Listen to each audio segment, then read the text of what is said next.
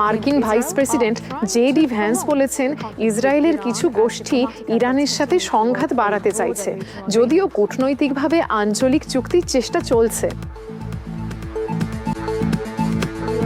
যুক্তরাষ্ট্র ইরানের বিরুদ্ধে তাদের হামলা বাড়িয়েছে এবং বলেছে তারা হরমুজ প্রণালীতে একটি ইরানি ট্যাঙ্কার অকার্যকর করে দিয়েছে। ইরান পাল্টা প্রতিক্রিয়ায় জর্ডান ও কুয়েতে অবস্থিত যুক্তরাষ্ট্রের স্থাপনাগুলোকে লক্ষ্য করে ড্রোন হামলা চালিয়েছে।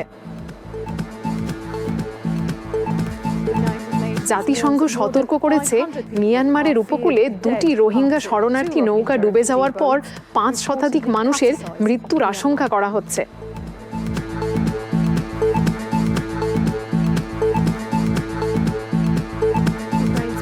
ইউক্রেনের পার্লামেন্ট সের্হি কোরেনস্কিকে দেশের নতুন প্রধানমন্ত্রী হিসাবে অনুমোদন দিয়েছে, যা প্রেসিডেন্ট জেলেনস্কির সরকার পুনর্গঠনের কাজ সম্পন্ন করেছে।